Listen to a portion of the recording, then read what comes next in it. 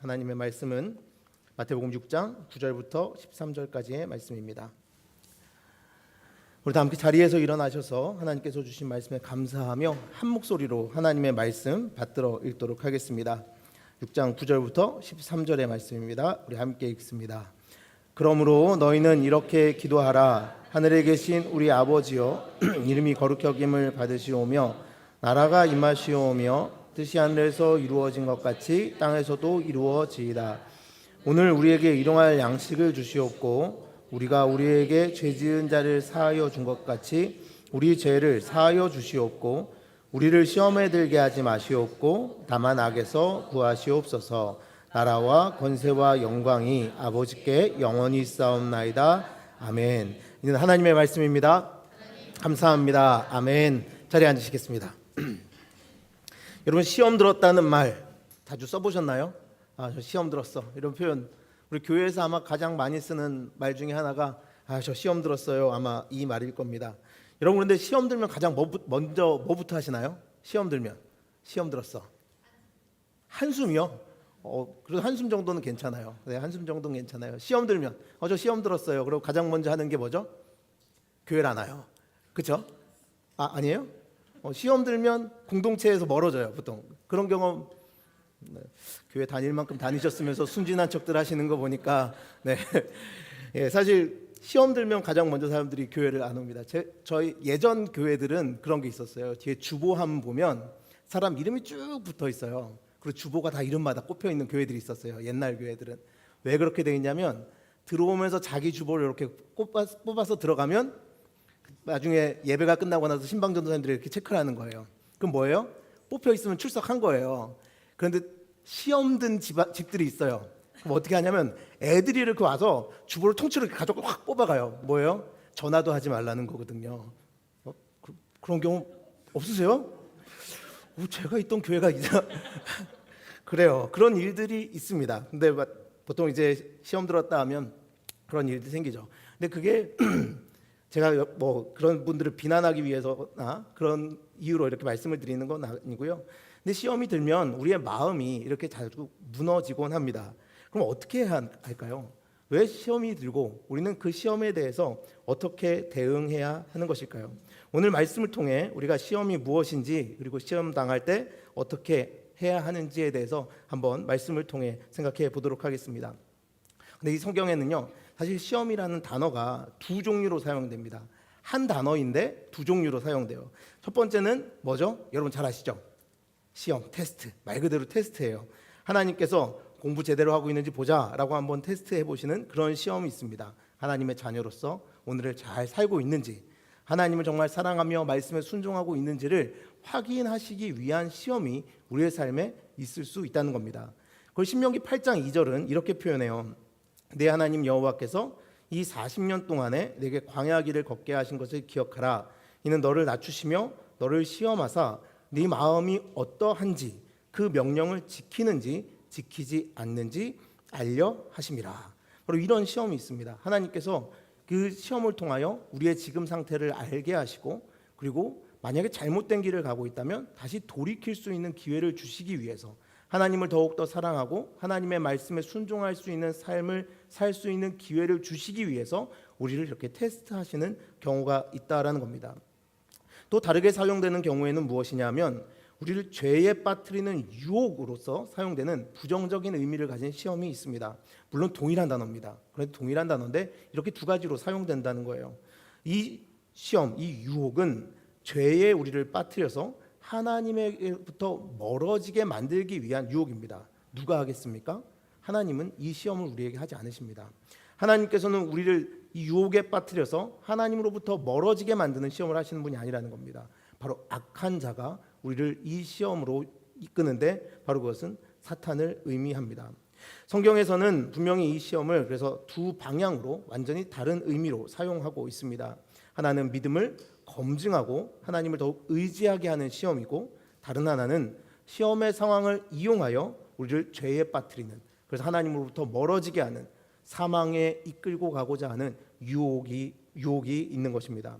여러분, 이 둘의 가장 큰 차이점이 무엇입니까? 하나는, 하나님의 시험은 우리가 하나님과 어떤 관계인지를 알게 해주는 것이고, 또 다른 유혹은 육체의 욕심을 따르고자 하는 마음을 이용해서 하나님과의 관계를 끊어내고자 하는 것입니다. 그런데 문제가 하나 있습니다. 그건 뭐냐면 이 시험이 잘 우리가 구분되지 않는다는 겁니다. 여러분, 딱 뭔가 시련이 찾아올 때, 어려운 일이 닥쳐올 때 딱 구분이 되세요. 이거는 하나님이 나의 믿음을 확인하시려고 하시는 시험이구나. 또는 지금 이 문제는 사탄이 나를 유혹해서 하나님으로부터 나를 멀어지게 하려는 유혹이야 라고 여러분 이렇게 딱 구분하실 수 있으세요? 잘 안 되죠. 일반적으로 보통 이 시험은 동일한 사건으로 우리에게 찾아오곤 한다는 겁니다. 이 단어를 우리가 구분해서 사용합니다 라고 말하듯이 딱 구분 지어져서 우리가 구분해내고 그것을 판단해서 정확하게 대처할 수 있으면 좋겠지만 그렇지 않다라는 겁니다. 하나님의 관점에서는 시험으로서 우리를 테스트하는 그 자리가 될 수 있지만, 사탄은 그 자리를 이용해서 우리를 유혹하는 자리로 사용할 때가 있다라는 것이죠. 하나님께서는 우리 마음에 악한 욕망을 넣어 결코 유혹하지 않으십니다. 그런데 우리를 시험하는 그때에 사탄이 옆에 서서 제잘제잘 떠들어대는 겁니다. 그러면서 그 상황을 이용해서 우리를 유혹하여 하나님을 의심하게 만들고 하나님으로부터 멀어지게 만드는 경우가 있다라는 겁니다. 대표적으로 무엇이 있냐면 창세기 2장 말씀, 창세기 2장 16절 17절 말씀을 우리는 기억해 보면 될 것 같습니다. 창세기 2장 16절 17절은 이렇게 되어 있습니다. 여호와 하나님이 그 사람에게 명하여 이르시되 동산 각종 나무의 열매는 네가 임의로 먹되 선악을 알게 하는 나무의 열매는 먹지 말라. 네가 먹는 날에는 반드시 죽으리라 하시니라. 아멘. 여러분, 이게 무엇일까요? 하나님께서는 아담과 하와에게 이 선악과만은 절대 먹지 마라라고 명령하세요. 왜 먹지 말라고 하시죠? 괴롭게 하시려고 그러나요? 봤지? 이 탐스럽고 아름다운 이 과일 봤지? 근데 너희는 이거 못 먹어. 절대 못 먹어. 이러면서 한번 괴로워봐라. 이렇게 말씀하시는 걸까요? 아니죠. 아담과 하와에게 그럼 죄를 지을 기회를 주시기 위해서 이렇게 하신 걸까요? 물론 그것도 아닙니다. 이 바로 선악과가 존재했던 이유는 하나님과 우리 피조물과의 관계를 깨닫게 해주시기 위함이었습니다. 하나님은 우리에게 완전한 자유를 주셨습니다. 왜냐하면 자유가 없는 사랑은 없기 때문입니다. 여러분, 자유 없이 사랑할 수 있나요? 자유 없이 사랑하는 거? 세상에 그건 존재하지 않습니다. 사랑은 반드시 자유를 동반해야 됩니다. 그래서 하나님은 우리와 온전한 사랑의 관계를 맺으시기 위해서 우리에게 완전한 자유를 주셨습니다. 그런데 완전한 자유를 주시되 우리에게 깨닫게 하고 싶으신 것이 있으셨죠. 그것은 무엇이냐면 하나님이 우리의 피조물 되시고 하나님이 우리의 아버지 되시고 하나님이 우리의 주가 되신다는 거였습니다. 하나님께서는 그것을 우리에게 보여주시기 위해서 바로 이 선악과를 동산 중앙에 둔 것입니다. 그리고 그것을 보면서 이 선악과를 통하여 너희와 나의 관계를 항상 기억해라. 내가 너희에게 명령한 이 하나, 이것을 반드시 지키며 너희와 나의 관계 속에서 사랑으로 우리가 하나로 이루어져가는 그 놀라운 일을 너희가 경험했으면 좋겠다라고 하시면서 선악과를 주신 것입니다. 하나님을 더욱더 사랑하고 하나님이 누구신지를 깨닫게 하시기 위해서 하나님이 우리를 시험하시기 위해 바로 거기에 선악과를 둔 겁니다. 그런데 이거를 누가 왜곡합니까? 창세기 3장 1절에 보면 나옵니다. 그런데 뱀은 여호와 하나님이 지으신 들짐승 중에 가장 강교하니라. 뱀이 여자에게 물어 이르되 하나님이 참으로 너희에게 동산 모든 나무의 열매를 먹지 말라 하시더냐. 바로 사탄이 거짓으로 유혹을 하기 시작합니다. 조금 왜곡됐죠. 분명히 동일한 선악과인데, 동일한 나무인데, 동일한 열매인데 하나님께서는 분명히 그 하나, 오직 그것만을 먹지 말라 하셨음에도 불구하고 이 동산의 모든 나무의 열매를 먹지 말라고 하셨어? 라고 왜곡하면서 사람을 찾아옵니다. 그리고 그것을 통하여 무엇을 원하느냐? 하나님과 우리와의 관계를 깨트리려고 하죠. 창세기 3장 5절입니다. 너희가 그것을 먹는 날에는 너희 눈이 밝아져 하나님과 같이 되어 선악을 알 줄 하나님이 아심이니라. 하나님을 너희의 하나님으로 인정하지 않아도 돼. 너희가 그것을 먹는 순간 하나님으로부터 너희는 끊어져 나와서 너희가 원하는 대로 하나님 아래에서 자유를 누리는 것이 아니라 너 스스로가 하나님이 되어서 하나님과 동일한 위치에서 너 마음대로 할 수 있는 존재가 될 수 있어 라고 우리를 속여서 우리를 하나님과 끊어버리는 것이 바로 사탄이었다는 것입니다. 그리고 이 유혹은 성공했죠. 우리 인간은 그 유혹에 넘어가 버리고 말아서 하나님을 우리의 인생에서 쫓아내는 존재들이 되어버렸습니다.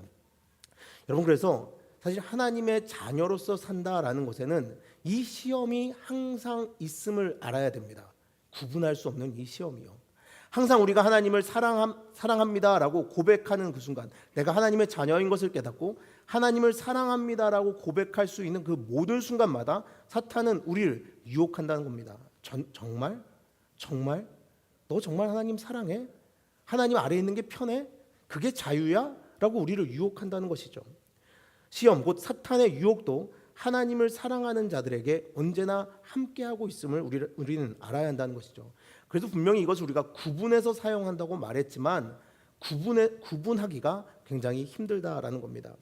하나님의 시험마저도 악하게 이용하려는 사탄의 유혹 앞에서 굴복하여 사망으로, 그래서 우리는 이끌려가지 않도록, 그 죄로 이끌려가지 않도록 항상 깨어 있어야 하는 것입니다. 하나님의 자녀인 것과 하나님을 더욱 사랑하며 하나님 없이는 살 수 없구나라고 이 시험 속에서 깨닫는 시간이 되어야 한다는 것입니다. 사탄이 우리를 유혹하는 그 순간에도, 아니, 하나님이 나를 먼저 사랑하셨고 나는 그 은혜 안에서 오늘을 삶으로 나는 하나님을 사랑할 수밖에 없는 존재야 라고 선포할 수 있어야 한다는 것이죠. 여러분, 예수님을 생각해 보십시오. 예수님도 우리 인생들과 동일한 시험과 유혹 앞에 서셨습니다. 예수님께서 공생애를 시작하신 후 성령에 이끌려 광야로 나가셨던 것을 여러분 다 아실 겁니다. 그렇죠? 아시죠? 근데 광야가 여러분 어떤 곳입니까? 광야는 이스라엘에게 있어서 말씀을 받는 곳이었습니다. 광야는 이스라엘에게 있어서 사명을 받는 곳이었습니다.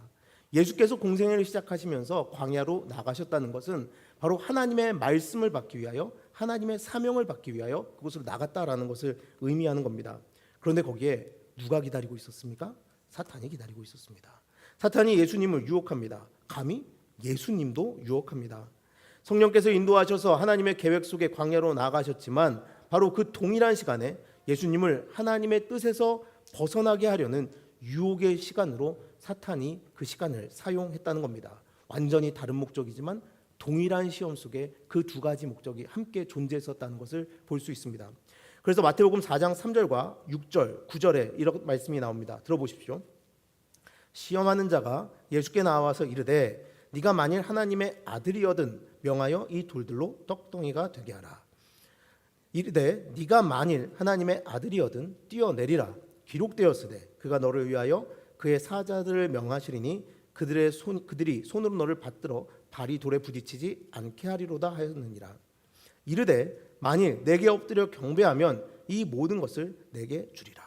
사탄이 예수 그리스도, 그 말씀을 받는 그 자리, 사명을 받는 그 자리, 하나님의 뜻을 헤아리기 위하여 나온 그 자리에서 바로 예수님을 이렇게 유혹하고 있습니다.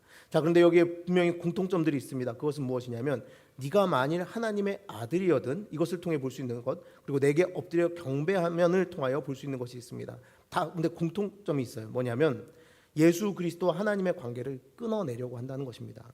여러분, 돌이 떡이 되어야 예수님이 하나님의 아들입니까? 아니죠. 그런데 마치 예수님을 찾아 이렇게 이야기하는 겁니다. 이 돌이 떡이 되지 않으면 너는 하나님의 아들이 아니야 라고 말하는 거예요. 그리고 네가 하나님의 아들이라면 뛰어내릴 때 다치지 않아야 돼 라고 말하는 거예요. 뛰어내려서 다치면 하나님의 아들이 아닙니까? 예수 그리스도는 하나님의 아들이십니다. 그런 것과 상관없이 말입니다. 그리고 하나님의 자녀라면 하나님만 경배하는 것이 당연한데 이 세상에서 잠시의 성공을 위해서라면 하나님 말고 다른 것 경배해도 돼. 한 번만 절해. 나에게 한 번만 절하면 이 세상의 모든 것을 너에게 줄게 라고 말하고 있습니다. 여러분, 다른 것을 경배해도 되는 것처럼 말하는 이 사탄의 목소리, 그런데 그것이 옳습니까? 아닙니다. 하나님의 자녀라면 하나님만을 경배하고 하나님에게만 영광을 돌려야 하는 것입니다. 그런데 사탄은 교묘하게 그것을 이용하고 있습니다. 끊어내려고 하고 있습니다. 그래서 시험의 가장 깊은 곳에는 항상 같은 질문이 있습니다. 하나님을 하나님으로 인정하고 사랑하는가? 이 질문과 아니면 내가 하나님이 될 것인가? 라는 질문입니다. 그래서 우리는 특별히 이 시험을 따로 구분하지 않고 사용해도 됩니다. 항상 모든 시련 속에서, 모든 시험 속에서, 모든 유혹 속에서 우리는 이 질문에 답을 하면 되는 것입니다. 정말 하나님을 사랑하는가? 그 하나님이 너희의 창조주요 구원자인 것을 인정하는가? 이 질문에 응답하거나 아니면 내가 하나님이 되어도 괜찮은가? 라는 질문에 응답하면 되는 것입니다. 그런데 사탄의 방법은 너무나도 교묘합니다. 왜냐하면 여러분, 돌로 떡을 만들면 어떻습니까? 세상의 모든 배고픔이 해결되겠죠. 지천에 널린 게 돌이니까요. 하나님의 아들이라면 당연히 그 모든 배고픔을 해결해 줄 만하지 않습니까? 사탄은 그런 것을 이용합니다. 우리에게 찾아와서 야, 이거 정말 좋은 거야. 하나님 기뻐하시지 않겠어? 하나님이 원하시지 않겠어? 너 이거 해야지 라고 이야기합니다. 하나님의 아들이 할 만한 일, 하나님의 자녀가 할 만한 일이라고 포장합니다. 그뿐만이 아닙니다. 사탄은 하나님의 말씀도 이용합니다. 기록되었으되가 뭡니까? 성경에 말씀이 있는데 봐, 말씀에 이렇게 있잖아. 요즘 유튜브 난리죠. 여러분 유튜브를 잘 안 보시는 것 같아서 제가 말씀드리면, 요즘 삼위일체 때문에 요즘 논쟁이 많아요. 그 특정한 어떤 연예인이 하나님은 삼위일체 하나님이 아니다라고 부정하면서 나와서 요즘 막 정말 많은 목사님들이 핏대를 세워가면서 그 삼위일체를 다시 설명하는 그런 영상들이 막 올라오는 것을 봤습니다. 아무래도 제가 목사다 보니까 저한테는 그런 게 많이 뜨는 것 같아요. 그런데 그게 뭐죠? 사탄의 방법이에요. 교묘한 말로 우리를 이용하는 거예요. 마치 그게 이성적인 것처럼, 마치 그게 인간이 이해할 수 있는 것처럼 말하면서 그것이 옳다라고 우리를 유혹하고 있는 것입니다. 하나님의 말씀을 이용해서 말입니다. 하나님의 말씀을 이용해서 사람들을 유혹하는 것입니다. 그리고 또 무엇이 있습니까? 딱 한 번 사탄을 경배함으로 모든 천하가 하나님의 것이 될 것이다. 하나님의 것이 되는 것이 맞지. 예수 그리스도 것이 돼야지. 이것이 하나님께 영광 돌리는 거지 라고 유혹하는 거예요. 여러분, 너무 좋아 보이지 않습니까? 그런데 그 순간 여러분, 사탄이 사탄 같아 보이지 않을 수 있습니다. 그래서 성경은 이야기합니다. 사탄도 자기를 광명의 천사로 가장한다고 말입니다. 여러분, 그래서 우리가 이 시험 속에서 항상 알아야 하는 것은 돈이 없어지는 것만이 시험이 아닙니다. 돈이 많아지는 것도 시험이 될 수 있고, 불편한 것만이 시험이 아닙니다. 편안함도 시험이 될 수 있습니다. 사람의 인정을 받지 못하는 것만이 시험이 아닙니다. 사람의 인정도 시험입니다. 내 뜻이 다 이루어지지 않는 것만이 시험이 아닙니다. 내 뜻이 다 이루어지는 것도 시험입니다. 하나님보다 다른 것을 더 사랑하게 되고 하나님의 자녀의 신분을 잊게 만든다면 이 모든 것은 우리에게 악으로 이끄는 유혹이 되는 것입니다. 그래서 인생의 모든 순간 우리가 하나님의 자녀로 살아간다면 여러분, 우리는 항상 시험과 유혹 속에 거하고 있음을 항상 기억하고 있어야 됩니다. 자, 그런데 항상, 여러분, 이게 얼마나 항상인지 보실래요? 우리 말고 예수님 우리랑 좀 다르잖아요. 완전 다른 분이잖아요. 근데 사탄이요, 우리를 유혹하는 것만 포기하지 않은 것이 아니라 예수님을 유혹하는 것도 포기하지 않았다고 나옵니다. 누가복음 4장 13절 말씀이 이렇게 나옵니다. 마귀가 모든 시험을 다 한 후에 얼마 동안 떠나니라. 여러분, 이게 한번 딱 예수님께서 승리하셨잖아요. 그럼 사탄도 알잖아요. 야, 이분 역시 하나님의 아들은 내가 이길 게 아니네. 그냥 이러고 포기할 만하잖아요. 근데 어떻게 돼요? 잠시 떠나는 거예요. 또 왔다는 거예요. 또 시험하러 왔다는 거예요. 또 유혹하러 왔다는 거예요. 여러분, 마귀는 영원히 떠나지 않습니다. 여러분, 이 말이 나타내는 것은 우리가 주님 다시 부르는 그날까지, 주님이 다시 오시는 그날까지 영원히 이 시험 속에서 살아가게 될 것이라고 말하는 것입니다. 예수님의 삶이 그랬듯이 유혹과 신앙 사이의 이 싸움은 끝나지 않는 것입니다. 우리의 살아가는 순간이 성령의 충만함 가운데 그리스도인답게 살아간다 할지라도 시험은 찾아오는 것입니다. 그래서 우리의 삶의 모든 순간은 시험이라고 할 수 있고, 우리 인생의 매 순간은 믿을 것인가 믿지 않을 것인가, 순종할 것인가 불순종할 것인가, 사랑할 것인가 아니면 내가 하나님이 될 것인가의 선택 속에서 살아가는 시간들이 되는 것입니다. 여러분, 그런데 이 시험 이기실 수 있으십니까? 어떠세요? 여러분 이기실 수 있습니까? 자신 있으세요? 이길 자신 있으세요? 어떠세요? 유혹을 잘 이기세요? 대답 좀 해주세요. 여러분, 저 지난주부터 저렇게 말씀드리는데 대답 좀 해주세요. 어때요? 이기실 수 있으세요? 아멘. 그렇죠. 아멘. 네, 여러분, 이기셔야죠. 당연히 이기셔야 됩니다. 자, 그런데 마태복음 26장 33절 보겠습니다. 베드로가 대답하여 이르되 모두 주를 버릴지라도 나는 결코 버리지 않겠나이다. 여러분, 베드로가 뭐라고 했냐면요, 모두가 주를 버릴지라도 나는 결코 버리지 않겠습니다라고 이렇게 이야기합니다. 칼까지 준비했어요. 그냥 모든 걸 내가 다 할 수 있을 것처럼 말했습니다. 여러분, 베드로가 이렇게 말했는데 어떻게 되죠? 실패하죠. 베드로가 그럼 거짓말한 걸까요? 그냥 속에 없는 말 한 걸까요? 그만큼 의지가 없었을까요? 아니요. 베드로의 이 말은 거짓이 아닙니다. 베드로는 정말 결단하고 말한 걸 거예요. 내가 목숨까지도 바칠 수 있습니다라고 강한 의지를 가지고 분명히 이렇게 말했을 겁니다. 그렇게 믿어요. 나중에 가서 뵈면 여쭤봐야 되긴 하지만 저는 분명히 그렇게 생각해요. 이 말은 거짓말은 아니었어요. 그런데 그는 무너집니다. 왜요? 인간의 의지로는 결단코 이 유혹을 이겨낼 수 없기 때문입니다. 그럼 어떻게 해요? 유혹이 오면 운명으로 받아들이면 되나요? 그렇지, 어차피 못 이겨. 그냥 즐겨. 난 예수 안에서 구원받았으니까 이 유혹 그냥 즐기다가 마지막에 다시 믿음 잘 고백하고 주님 앞에 가면 돼. 이렇게 살면 되나요? 그것도 아니죠. 그것도 아닙니다. 여러분, 이게 사람이라고 어쩔 수 없지 않느냐고 말하지 마십시오. 우리는 반드시 이 유혹을 이겨내야만 합니다. 그럼 어떻게 이겨냅니까? 자신의 의지로 이겨내는 것이 아니라면 어떻게 해야 합니까? 여러분, 시험을 대하는 우리의 자세는 나로부터의 자신감에서 나오지 않습니다.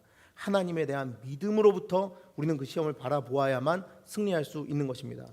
유혹을 이기기 위해서 내가 다시는 그러지 않을 거야, 나는 강해질 거야, 절대 넘어질 거야 라고 아무리 결단해봐야 바로 넘어지는 것이 우리입니다.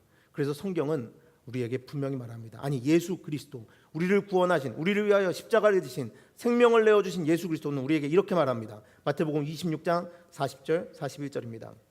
제자들에게 오사 그 자는 것을 보시고 베드로에게 말씀하시되 너희가 나와 함께 한 시간도 이렇게 깨어 있을 수 없더냐?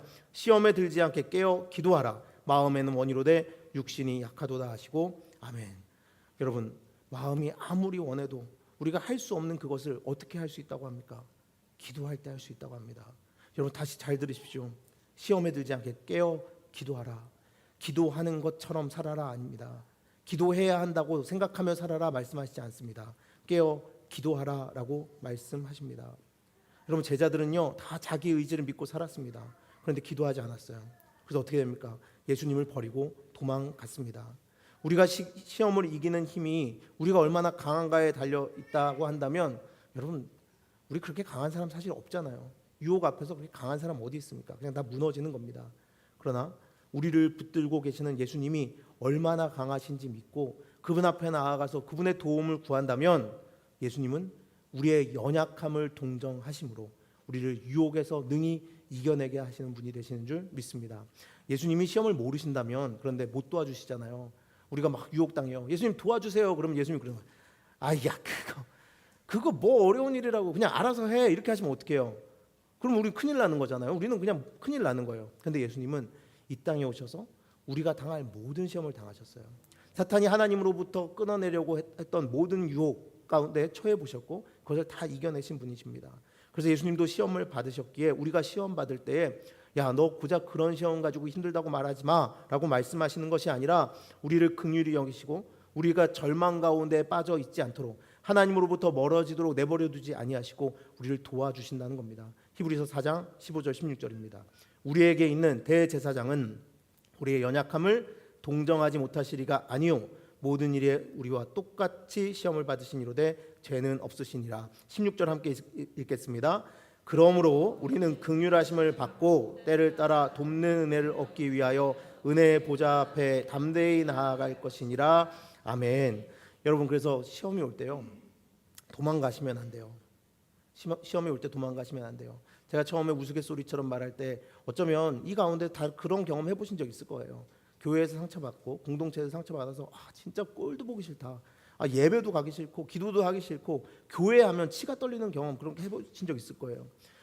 제가 요즘 되게 마음이 아팠던 글을 본 적이 있어요. 인터넷에서 어떤 분이 한국 교회가, 한인 교회는 이렇다라고 글을 올렸어요. 근데 댓글에 쭉 댓글이 아주 사람들이 기다렸다는 듯이 댓글을 달아요. 그래서 저는 뭐 여기 캐나다 교회 갑니다. 그래서 저는 뭐 교회 안 갑니다. 뭐 그 사람들 예수 안 믿습니다. 뭐 예수는 없습니다. 차라리 절에 다니세요. 막 그런 댓글들이 막 무지하게 많이 달리는 그런 글을 봤습니다. 그래서 보면요 참 마음이 아파요. 마음이 아파요. 왜냐하면 우리가 시험을 당할 때 분명히 그 사람을 유혹에 빠뜨리는 어려운 행동을 하는 사람들이 있는 건 사실이기 때문이에요. 한인교회 분명히 문제가 있을 수 있습니다. 또 우리 이민자들 사는 게 빡빡하잖아요. 힘들잖아요. 그러다 보니 서로를 돌아보기보다는 나에게 더 집중하게 되고, 그러다 보니 심지어 교회에서조차도 서로에게 상처를 주는 그런 문화가 있을 수도 있습니다. 그러면 그때 어떻게 해야 됩니까? 그래, 내가 한인교회 그럴 줄 알았다, 한인교회는 교회도 아니야 라고 도망가는 거, 그게 전부일까요? 아니요, 그렇지 않습니다.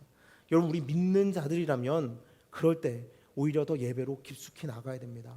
내가 그 사람이 나를 유혹하는 마귀가 아니라, 사탄이 아니라 내 안에 병든 마음을 자극하는 그 음성에 흔들리는 나를 데리고 예수 그리스도 앞으로 나아가서 그 유혹이, 그 시험이 하나님을 사랑하게 되는 계기가 될 수 있도록 하나님 앞에 더욱더 무릎 꿇는 우리가 되어야 한다는 겁니다. 공동체 속으로 더욱더 들어가서 만약에 이 공동체가 병들어 있다면 하나님이 나를 광야로 불러 하나님의 말씀을 주시는 자리구나, 사명으로 주시는 자리구나 라고 받들어 오히려 그곳에서 하나님의 사명을 흘려보내줄 수 있는 예수 그리스도와 십자가에서 함께 죽은 자로 그 자리에 설 수 있어야 한다는 것입니다. 여러분, 그런데 우리 여기 다 이제 여기서 이민도 오래되셨고 교회도 오래 다니셨으니까 정말 그렇게 될까 의심가시는 분들 계시잖아요. 정말 이 이민교회에서, 이민교회라고 이름 붙어져 있는 이 이민교회라는 특정되어 있는 교회에서 과연 그게 될까라고 의심되시는 분들 있으시잖아요. 그런데 분명 예수님은 말씀하십니다. 내가 너희를 안다. 너희가 어떤 시험을 당하는지 안다. 너희가 얼마나 괴로웠는지 안다. 그 일이 얼마나 힘든 일인지 안다. 그러나 너희가 은혜의 보좌로 나오라. 너희가 은혜의 보좌로 나와 나를 붙잡고 나에게 의지한다면 내가 해결해 주겠다라고 말씀하시는 겁니다. 여러분, 그러니 그냥 인정하며 나아가면 됩니다. 그래요, 주님, 제가 약합니다. 지금까지 저 사람 탓했지만, 저 사람이 다 마귀라고 손가락질했지만, 우리 저놈이 마귀야, 저놈이 마귀 이렇게 손가락질했지만, 근데 주님, 사실은 제가 약했습니다. 그러나 주님은 강하시니 주님 저를 통하여 이 미래가 없다라고 말하는, 희망이 없다라고 말하는 이민교회에서도 예수 그리스도의 그 놀라운 희망과 소망과 자유와 평화와 사랑이 넘칠 수 있게 해주십시오. 우리 기도하면 되는 겁니다. 여러분, 그러니 도망가려 하지 말고 은혜의 보좌로 더욱더 깊숙이 들어가는 우리 모두가 되시기를 간절히 바랍니다. 사랑하는 우리 교회 성도 여러분, 그러므로 시험에 들게 하지 마시옵고 다만 악에서 구하시옵소서라는 기도는 단순하게 제 인생에 어려움이 없게 해주십시오라는 기도가 아닙니다. 그냥 주님, 저 마지막 날까지 그냥 평탄하게 살다가 아무 어려운 일 당하지 않고 살다가 그냥 주님 만나게 해주세요라고 하는 기도가 아니라는 겁니다. 어려움 가운데서도 하나님을 사랑하게 하시고 하나님 떠나지 않게 하시고, 시험 가운데서도 제 욕망을 하나님의 뜻이라고 착각하지 않게 해주십시오. 좋은 것이 주어졌을 때도 그것을 하나님보다 더 사랑하지 않게 하시고, 어려운 일을 당하더라도 하나님을 원망하거나 떠나는 자들이 되지 않게 하여 주시옵소서. 물론 감당하기 어려운, 너무 어려운 상황들이 우리를 찾아올 수도 있습니다. 그럴 때는 긍휼하심을 힘입어 주님의 보좌 앞으로 나아가, 주님, 저 사실 이 스스로 해결할 일 없는 거 아시니 주님께서 해결해 주십시오라고 무릎 꿇을 수 있는 우리 모두가 되시기를 바랍니다. 이것이 오늘 이 기도를 우리에게 하라고 명하신 예수 그리스도의 뜻인 줄 믿습니다. 분명히 주님께서는 너희는 이렇게 기도하라 말씀하셨습니다. 너희는 이렇게 기도하라. 기도해야만 이겨낼 수 있기 때문입니다.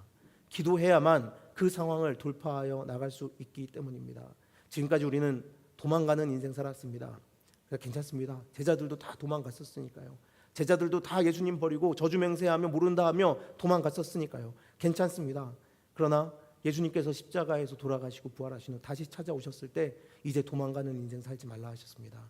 우리에게 나와 함께 가자라고 말씀하셨죠. 예수 그리스도와 연합하여, 예수 그리스도와 십자가에 함께 죽고 함께 부활하여 예수 그리스도의 뜻에 따라 함께 가자 하셨죠. 이제 우리는 유혹을 이기셨고 십자가로 가신 예수 그리스도를 따라서 이제 그 길을 함께 가야 할 자들입니다. 십자가에서 예수님은 자신의 뜻을 내려놓고 사랑하는 아버지의 뜻에 순종하셨습니다. 그리고 부활하셨습니다. 오늘 우리도 십자가를 내팽개치고 내 의지대로, 내 뜻대로 살라는 유혹 앞에 섭니다. 무거운 십자가, 괴로운 십자가, 어리석은 십자가 왜 지냐고 말하는 목소리를 매일 듣습니다. 그러나 우리가 예수 그리스도와 함께 죽고 예수 그리스도와 함께 산다면 우리에게도 십자가가 끝이 아닌 것을 믿으시기를 바랍니다. 다른 데 문제 있다고요? 아니요. 우리가 예수 그리스도의 십자가를 지고 주님만 올바로 따른다면 여러분, 그 문제는 하나님 나라의 기쁨의 제목으로 변화되게 될 줄 믿습니다. 하나님은 우리에게 염려하고 불안해하라라고 말씀하시면서 교회로 부르신 것이 아닙니다. 기뻐하고 감사하라라고 말씀하시면서 우리를 하나님의 사명자로 이곳에 부르셨습니다. 그 하나님의 뜻에 순종하는 저와 여러분 모두가 되시길 바랍니다. 십자가를 지나 부활이 있는 그 자리, 그리고 영원한 하나님 나라가 있는 그 자리까지 기도하며 때로는 힘들지만 때로는 외롭지만 뚜벅뚜벅 걸어가는 우리 모두가 되기를 바랍니다. 그런데 이 기도에는 하나의 또 비밀이 숨겨져 있습니다. 바로 그것은 우리를 시험에 들게 하지 마시라는 우리를 시험에 들게 하지 마시옵소서라는 겁니다. 우리. 여러분 그럴 때 누군가 혼자 너무 외로워 그 십자가를 지고 가는 것이 외로워 쓰러지는 모습 보인다면 우리 서로 손 내밀어주는 교회 되기를 바랍니다. 누군가 하나님의 그 말씀에 따라 순종하며 그 시험을 이겨내고 있다면 우리 함께 그들과 함께 십자가를 지어주는 교회 공동체를 이루어가기를 간절히 바랍니다. 그래서 시험 가운데서도 주님을 떠나지 않는 믿음을 주시기를 함께 기도하고 내 의지를 믿지 않고 주님의 의지를 의지하게 하시기를 함께 기도하고 내 뜻을 이루려 하지 않고 아버지의 뜻을 따라가게 하시기를 함께 기도하고 시험 가운데서도 예수님과 함께 십자가의 길을 걷기를 함께 기도하는 우리는 교회가 되어서 이 세상 이 악한 자의 사탄의 유혹이 가득한 이 세상 속에서도 하나님의 시험받은 자로서 하나님을 사랑한다 고백하는 교회 공동체를 이루어가는 그리고 사망 가운데 죽어가는 이들을 이끌어 주님의 나라로 인도하는 교회를 이루어가는 저와 여러분 모두가 되시기를 바랍니다. 여러분 우리는 교회는 이민교회가 아닙니다. 예수 그리스도의 몸된 교회입니다. 여러분이 가는 그곳에서 그 역사가 온전하게 이루어 나갈 줄 믿습니다.